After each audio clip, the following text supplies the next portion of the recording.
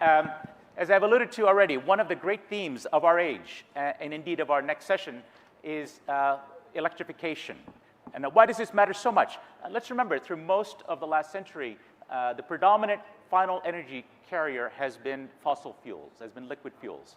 Even now, maybe 80% of the global total. But by every official and formal prediction from the International Energy Agency and other leading thinkers, electrification, electricity as a fuel, is on the rise. It is a global electrification super cycle, it's been called. And this is a very good thing. It should be applauded. Electricity is clean at the point of use, and depending on how you make it, increasingly through clean energy, we have the opportunity to decarbonize energy systems, whereas if you stick with fossil fuels, and I say this as a mechanical engineer from MIT, we studied internal combustion engines, they're not going to get much better, folks. You're going to burn much of the energy that you burn in diesel or petrol, and you won't be able to capture that back. Whereas with electricity, you have the opportunity to get extremely high efficiencies and therefore consume less resources to begin with in the entire energy system, and it provides a lever for change. According to the International Energy Agency, the global rate of electrification in the next 5 years will grow at double the rate of global energy demand. That is, energy demand is growing. The world is using more energy, but the rate of electrification as a share of that is growing at least twice as fast, and in some countries, much faster than that. As India aspires to its great ambitions in energy, development, growth, and sustainability, I predict that India will become one of the great electro-states. We've already seen the beginnings of this. On the numbers that we've seen, India has now actually achieved a higher rate of electrification for a comparable level of GDP per head. That is, for as wealthy as when China was at this comparable level, it had a much lower level of electrification. And the tools needed for electrification with clean energy were not available then to China. They're readily available now. Now the question is, how do you implement it? How do you make it happen? What are the right policies? We're going to talk with a minister about this later. What are the right financial tools? We have financial experts coming and development bank experts. And what is the role of business and entrepreneurs in making this happen? And that's going to be the subject of my next session. So I'm delighted to invite to the stage, please welcome Sagar Adani to the microphone. Welcome. Please give him a nice round of applause. Thank you to Adani for sponsoring this session. Come on up, Sagar. Such a pleasure to have you here. Please join us. And actually, why don't you, I challenge you, give us a provocation. I'll give you a few minutes. Get us going, and then I'll come and talk to you about this. Lovely. Okay, please. Thank you. All right.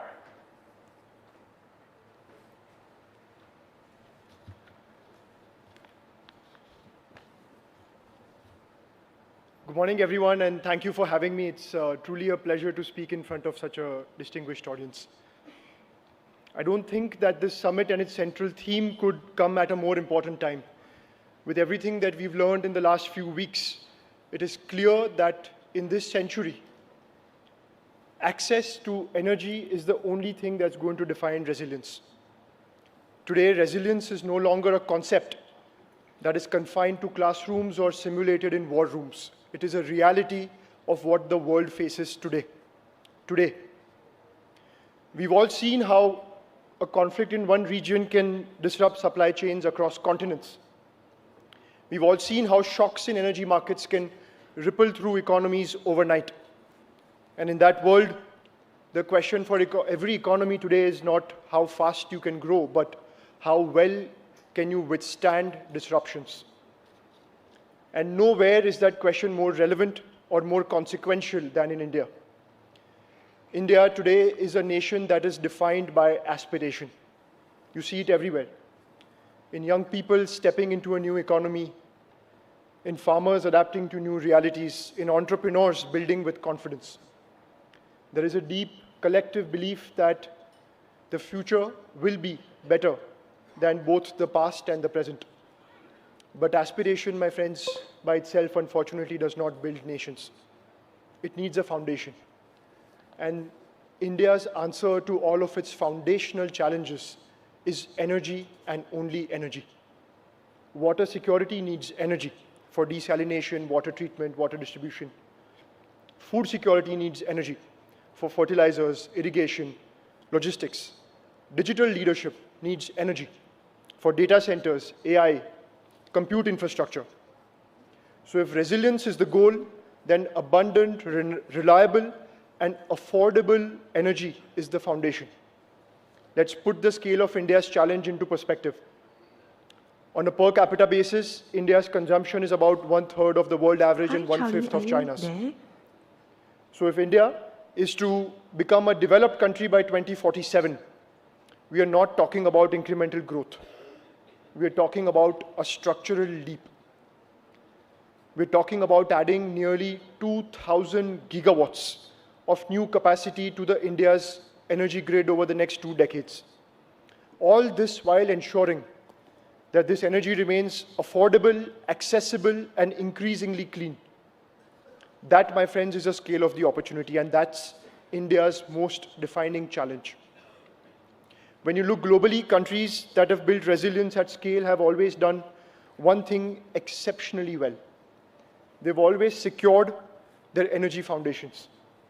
Most developed and prosperous countries are either energy independent or have built deep strategic energy partnerships. We don't have to look very far, as Vijayji was alluding to earlier, to find a more relevant example. China, despite being constrained in both oil and gas just like India, has systematically invested in significant energy resources domestically. They've built strategic reserves and they've strengthened and hardened supply chains.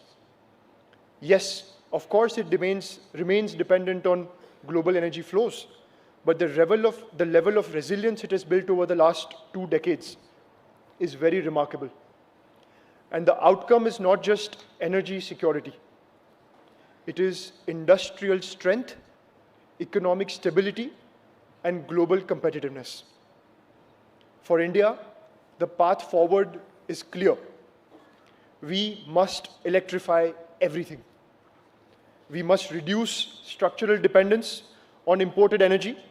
We must build an energy backbone that is anchored in resources that are available within our country. That is India's only credible path to long-term stability. But of course, electrification at scale demands one thing above everything else, and that is a massive growth in electricity supply. And this is where we must be pragmatic. Renewables will and must scale rapidly. Storage technologies will continue to evolve, but there are real constraints, particularly both around land and intermittency. Which means that to truly close this gap, India must adopt a portfolio approach. We must leverage fully every single energy source available to us. Renewables, yes. Hydro, yes. But also efficient thermal and nuclear. Because without firm, scalable baseload power, the math simply does not work. This is not optional for India, it is inevitable. It would be very incomplete to not recognize the role that the government and the country's leadership has played in enabling this journey. Over the last decade or more, India's leadership has played an exceptional role in cutting red tape, getting rid of unnecessary and outdated regulations, revitalizing public undertakings, and encouraging private enterprises. Countless macro and micro policy initiatives by the government have resulted in an environment where businesses can grow, flourish, and prosper.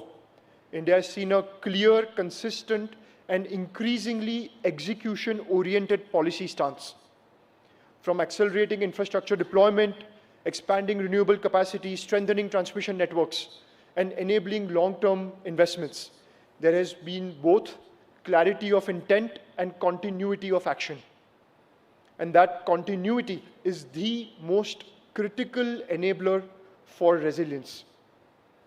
Coming to the role of industry and specifically the Adani Group, at our core, we see ourselves not only as infrastructure operators, but as fundamental builders of India's energy backbone over the next several decades.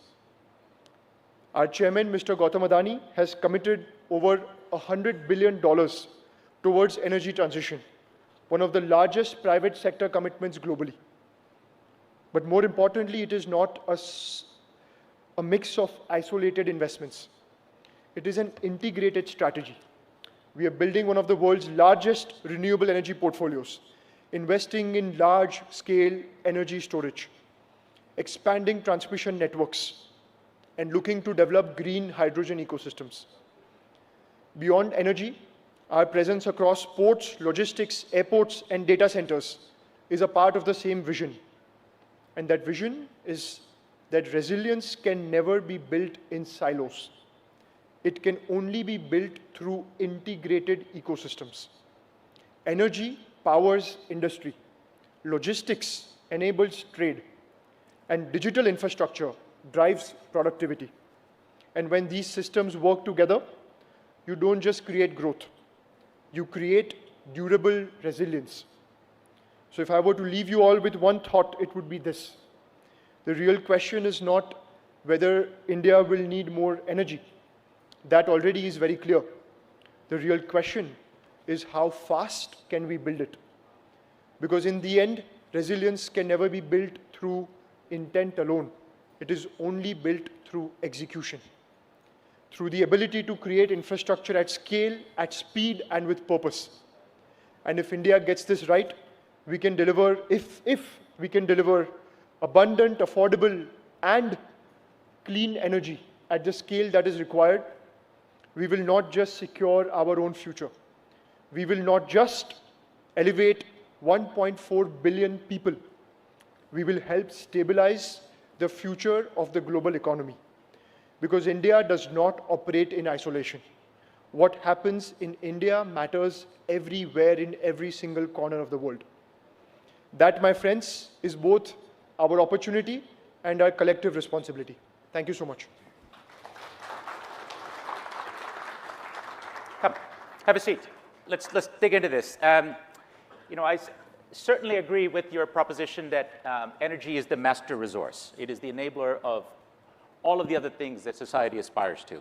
And you make the point as well in the end that India is going to be an example for the world. The world is watching as the largest, fastest growing major economy, one that's capable of tremendous momentum when India gets going. But it seems to me there are three areas of potential challenges, and I want to get your perspective on this. Policy, technology, and finance, where you're our industrialist on stage.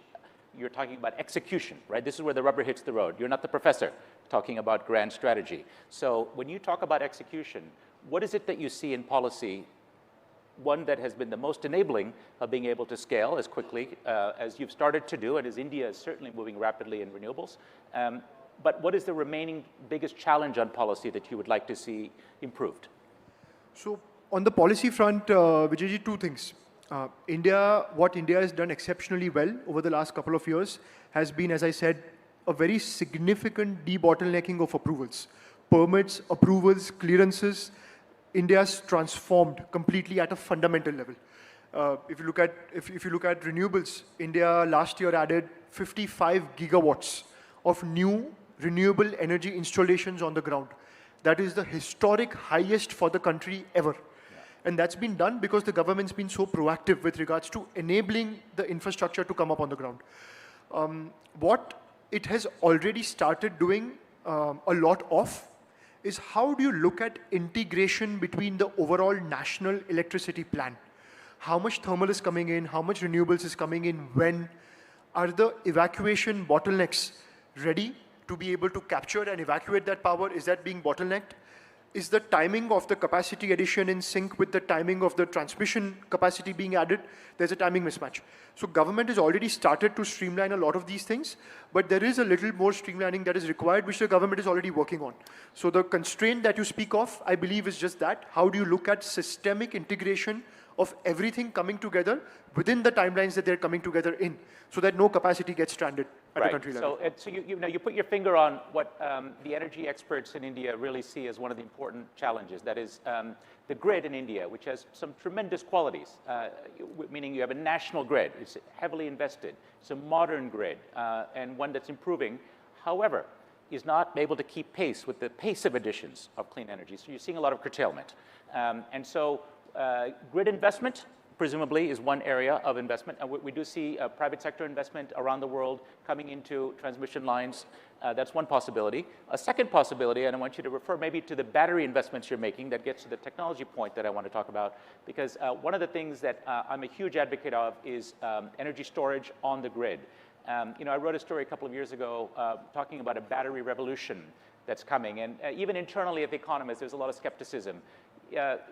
Those of you who are not in energy, you'll know, if you want to put people to sleep at a dinner party, start talking about energy. If you don't want to be invited back, start talking about energy storage for the grid. You'll never be invited back, right? But this was the #1 story on The Economist's website globally for a week, even with competition of Trump in the Middle East and so on, because when one really looks at the battery revolution that's ongoing, the collapse in prices, the improvement in durability and longevity, the potential to transform clean energy from one time of day to another, if the rules are right and incentivize time shifting. So talk a little bit about that, because I know you have big plans for BESS, as it's called, battery energy storage for the grid. Yes. I was able to see some of this at firsthand, where you're scaling this up, but it depends crucially on the ability to monetize this, and only some places in India, as of now, have time of use pricing, for example, or other measures. So what can be done to accelerate this trend? No, I think, first of all, your thesis is absolutely right. I think energy storage is an inevitability in India going forward, and at scales which no one would have possibly thought of or imagined. Us as a group, just us alone, we shortly, in the next couple of days, will have about 3 gigawatt hours of installed BESS capacity. That makes it one of the largest installed capacities anywhere in the world already in a single location. But that's not even the point, because our internal plan is to add between 10 to 15,000 megawatt hours, 10 to 15 gigawatt hours every year going forward. Now, this is not free, right? Solar prices collapse. What is the business case for doing this for you? The business case for this basically is when you have so much solar capacity being added across the country. There is a time of a day where all those capacities are generating power together. Well, when it's hot, when it's sunny, during the day. And when it's sunny during the afternoon. Sure. That's not necessarily always when the grid requires power. Right. Which leads to a drop in terms of grid prices. Right. So instead of supplying that electricity directly into the grid at that point in time, you can just use that energy to store in the batteries. So you arbitrage, you do the time difference. Exactly. But that only works if you get paid for it later. Which India grid allows you to charge for. Right. So what we are doing today as a group, as our economic program is, we discharge 100% of that electricity into the grid between 6 and 10 p.m., which is evening peak hours. So the rates in the grid go somewhere between 8 to 10 rupees per unit at that time, versus, let's say, 2.5 during the day. Right. So obviously batteries are expensive, so the economics have to work. But the evening peak that the country has available today gives us enough. So no further reforms are needed. You're 100% satisfied. Completely, 100%. Okay, well, you heard it here first. I'll tell the minister when he turns up as well. No need to do anything more. These guys keep building everything that they've promised, unlike some others. That's why we're building on the ground what we're building, right. Because we're comfortable with what the framework is. Let's talk about finance. This is obviously enormous amounts of capital that's going to be required to build out the green energy revolution, in tandem with continuing to keep the lights on with firm power that you talked about, the continued need to have, whether it's nuclear or thermal or whether it's battery energy storage, firming. The early parts of the round-the-clock auctions, which are meant to address this, they have not been as successful as hoped, for example. So, what is the financing model if it's not the auctions? How is this going to be paid for? So, Vijayji, we as a group always look at PPAs as just commercial instrumentalities of delivering power. What's real at the end of the day is there is a certain demand and there is a certain supply. And there is a certain price that either the DISCOM or the consumer is willing to pay for a certain kind of power, looking at the overall affordability index in India. So that's the only thing that's real. PPAs and everything is just, they're synthetic instruments, the way we see it. So what is our focus? Our focus is to make sure that we generate an electron at the cheapest possible rate in the country. Because if we are the cheapest, no matter what cost is to generate or not, no matter what cost is to store it, as long as lights are on, our power will flow. So that's how we look at economics at a fundamental level. But to be honest, yes, financing about this remains is a difficult proposition, just because of scale, because of the sheer volume of capital that is required to fund this. But it's not just volume, right? I mean, the cost of capital in India still remains higher than it is in developed markets, for example, although it's lower than it is in Africa, let's say, where the world has a higher perceived risk in doing business in Africa. You're in more developed capital markets, but accessing capital, you're paying more than an American developer in Texas would pay. You're absolutely right, but at the same time, the cost of constructing projects is significantly lower. So if you look at both those things put together, the delivered cost of electron into the grid, which includes the financing cost, which includes the construction cost, which includes everything. India is one of the lowest cost of electron generation places anywhere in the world. We have 2 minutes left, so I'm going to press you on one final point, and that is something that's going to increase your costs, I would put to you. I'll challenge you. That is meeting the government objectives of supply chain domestication. I know that unlike many other players, you've been able to move upstream in the solar chain into ingots, into wafers. You're talking about polysilicon, although that's a very big step to take where the Chinese are very cheap and effective. Doesn't this increase the cost? Even if it improves, let's say, resilience and domestic Indian manufacturing ambitions, aren't you guaranteeing that power will be more expensive as a result of these investments? Of course, the cost of power will increase. Of course, the cost will go up because when China manufactures north of 500 gigawatts, India is at 50. Why not say thank you to the Chinese taxpayer for subsidizing these goods and welcome these products? Why are you reinventing the wheel? Because we go back to the same theme, Vijayji, of resilience. Because what every interdependence, what the world has taught us over the last couple of weeks is that every single interdependence is a vulnerability. And when it's times of stress, times of war, times of difficulty, times of not a very pretty global environment, every one of these interlinkages can be used to exert strategic pressure and influence. That is something India has learned. That is something I believe all of us have learned with whatever we've seen over the last couple of weeks. And the lesson that India has learned and the leadership in India has decided for what the right way for the country is going forward is that we need to make sure that we domesticate our supply chains no matter what the cost is. Because equally as there is a proposition of taking the advantage of Chinese taxpayers subsidizing it, there is equally a prerogative for the country where if they overnight increase, for example, we have no capacity here and they know that. And if you overnight increase prices by 40, 50%, what can you do as a country? You'll have to immediately halt all renewable energy additions. So in a way, the capacity addition is not so much as a cost, but also as a hedge for any other country anywhere else in the world to think twice before taking a step of this sort. Resilience doesn't come for free, but it may be an insurance worth paying for. Absolutely. Okay. That's what I believe. We're just out of time. I see the red lights are flashing. Please join me in thanking Sagar Adani for joining us on stage. Thank you so much. Thank you. Appreciate it.